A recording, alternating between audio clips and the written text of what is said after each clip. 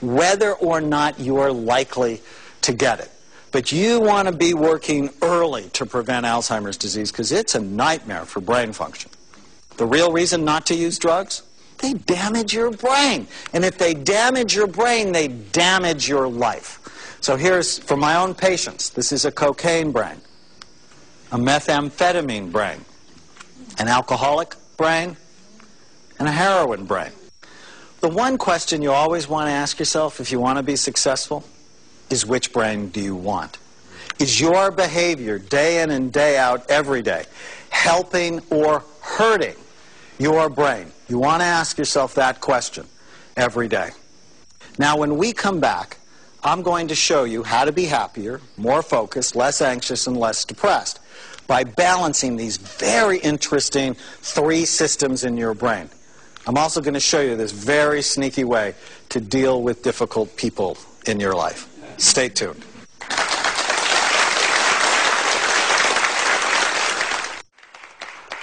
Thank you. Welcome back. I love this segment because I'm going to teach you what I call practical brain science to make your life better. As you will see, brain science is eminently practical because your brain's involved in everything you do. In the next few minutes, I'm going to introduce you to 3 parts of your brain that drive a great deal of your behavior. We're going to talk about an area of your brain called the prefrontal cortex. It works as like the boss in your head. And we're going to talk about your cingulate. That's the brain's gear shifter. And then we're going to talk about your limbic, or your emotional brain. As you will see, knowing how to optimize these systems will improve everything in your life, even the other people. Whenever we discuss humans, the first area of the brain that we have to talk about is the prefrontal cortex. It's largest in human beings than in any other animal by far. This is the part of your brain that actually makes you human. It's 30% of the human brain, 11% of the chimpanzee brain, 7% of your dog's brain. This is my dog, Fraser. Isn't he cute? I love Fraser. And how many of you have cats? Love your cat. Well, this is my cat, Annabelle. And cats have virtually no prefrontal cortex. Cats have no forethought, very little impulse control. Annabelle lives totally in the moment. She doesn't think about the past. She doesn't worry about the future. It's just now. Now is all that matters. So the prefrontal cortex is the executive part of the brain. It works in your head like the boss at work. Things like focus and forethought, judgment, impulse control, empathy, learning from the mistakes that you make. This is the part of your brain that's involved in maturity. When there are problems in this part of the brain, you act like a cat. I mean, how many times have I told her, don't do this? Doesn't matter. Okay, when there are problems in this part of the brain, what we see is short attention span, impulse control problems. They procrastinate, they put things off, they have bad judgment, they don't have much empathy, and they don't learn from the mistakes that they make. Haven't you ever wondered about yourself or someone else? It's like, why aren't they learning? Why aren't they getting it? And it's because this part of the brain may not be getting good function. So when we see low activity in this part of the brain, it's associated with people who have bad habits. You know that person who always shows up to work 10 minutes late with a big cup of coffee? Odds are low activity in this part of the brain. Or people who smoke, or internet gambling. Low activity. They're looking to stimulate it. People have attention deficit disorder. You've heard about ADD, very commonly diagnosed in children, but did you know it's also very common in adults? Most of the kids who have it grow up and have it as well. And our research studies and other people's research as well has shown low activity in this part of the brain. People who have a weak conscience, who make decisions and you're just like, why did you do that? low persistence. They can't stick with things. Some forms of depression, especially low energy forms of depression, and people who are excitement or conflict seeking. Do you know anybody like this? These are people who play this game I call let's have a problem.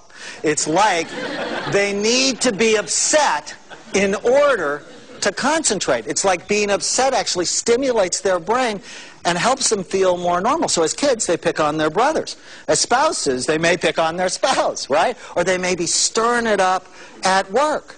So what do you do? How do you treat this? If you have problems in this part of the brain, which are very common, well, one of the things that we found to be so helpful is getting them to write out their goals. It's an exercise we call the one-page miracle. On one piece of paper, write out what you want in your relationships. What do you want at work? What's your goal? What do you want for your money? And what do you want for your physical and emotional and spiritual health? What do you want? Write it out. And then you look at it every day and you go, is my behavior getting me what I want? The second thing is exercise. Exercise actually boosts blood flow to this part of the brain. Now, I have a specialty in people that have attention deficit disorder. And many people ask me, okay, I don't really want to take medicine. What is the best natural treatment for ADD? And what it is, it's intense aerobic exercise, along with a high-protein, low-carbohydrate diet. Now, this diet is not good for everybody. But for people who have ADD or people who have low activity in the front part of their brain, and they have trouble with concentration, and they're disorganized, and they procrastinate, this is a great diet for them because it helps their energy and it helps them concentrate. Fish oil. Fish oil is so helpful. Now, we'll talk about it later, but for now, just know it helps increase your energy and your concentration. And if needed, there are certain natural supplements and certain medications that can be so helpful. And in my book, Change Your Brain, Change Your Life, I talk about what those are.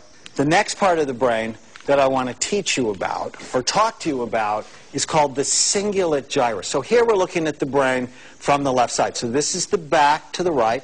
Here's the front. And this area right here in the front is called the cingulate gyrus. And it's so interesting. Now, the cingulate, that's like a big word. But what it basically means is this is the brain's gear shifter. It allows you to shift your attention, right? To go from idea to idea or go from task to task. It also helps you be flexible, to go with the flow, so you don't have to have things your way. It's heavily involved in seeing options. You know, people that are rigid, it has to be their way. There's no option. When it works right, you can see many different options, which means it helps you cooperate. It helps you get outside of your head and into the head of other people.